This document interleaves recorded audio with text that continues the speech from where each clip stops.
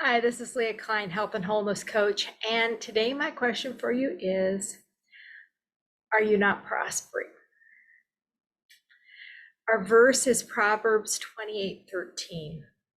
Whoever conceals his transgressions will not prosper, but he who confesses and forsakes them will obtain mercy. In our verse, the not prospering is being equated to a secret sin, some kind of transgression that is blocking God's blessing. Uh, it can be out and out rebellion. It could be something maybe more minor, but it's something that's being concealed. It's something that you don't want everyone else to know about, which means it's probably not great in the first place. And it's saying that this is going to keep you from prospering, not necessarily just financially. Definitely it could do that financially, but it's also saying that it could do that in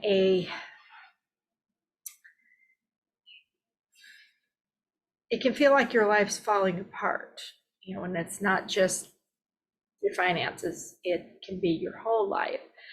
It can be your relationships, your relationship with God, of course, will suffer, if you're doing something that's going to create a barrier. That will always, create a barrier between you and him. And because basically you're like Adam and Eve in the garden, you're afraid to be seen because you're doing something you shouldn't be. And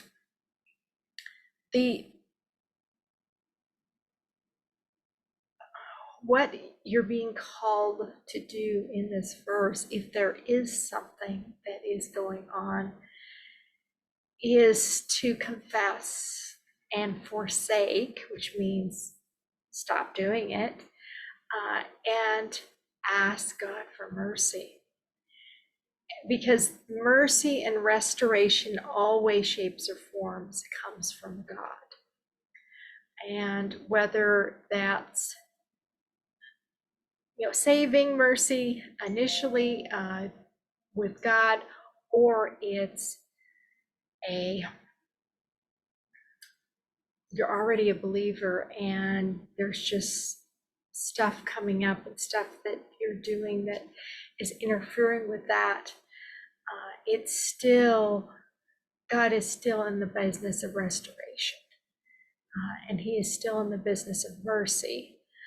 It doesn't mean that what you're doing isn't still wrong and that you're expected to confess it, forsake it, turn from it, so that you're not blocking God's pathway to taking care of you and blessing what he would have you do. And obviously this is something that you might have to think about, because there might not be an immediate, something that pops into your head about this.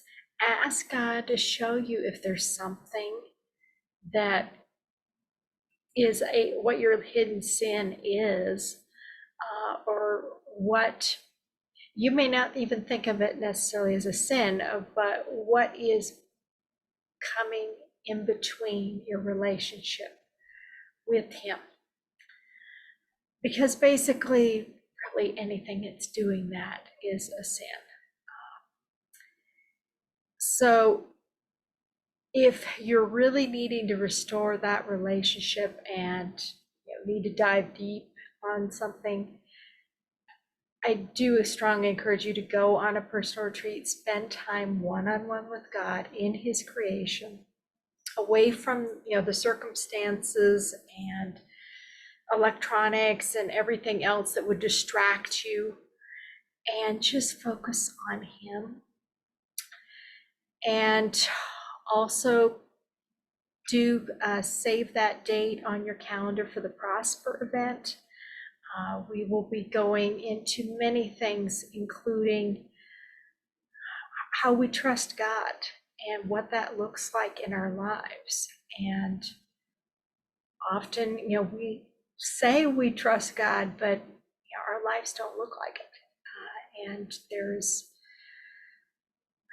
things that we would not say, oh, I don't trust God, but we act like it. And so we'll go into that and many other things, including our health and our taking care of our God-given bodies. So I do encourage you, put September 29th on your calendar. The tickets are probably on sale already. I will post the link in the group or under the video when we actually have it's ready for people to opt in and sign up for tickets. This is online. Just remind you, you don't have to go anywhere. It's strictly from your computer. It's one day. So I do encourage you to sign up for that and come and spend some time with me and of course with God, more importantly, and see what it is what is his message for you that he would have you take home. Besides, what might be coming up and interfering in your life, which of course you're going to work on this week, right? So I encourage, as we're wrapping up here, sing with me softly and tenderly. We're just going to do a little bit of it. And many of you probably know this, so feel free to sing along. If not, feel free to just listen.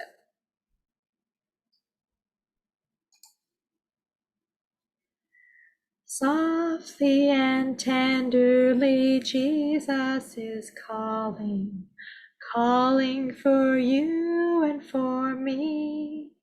See on the portals, he's waiting and watching, watching for you and for me. Come home, come home. You who are weary, come home. Earnestly, tenderly, Jesus is calling, calling, oh sinner, come home. And I will see you next week with another verse in it.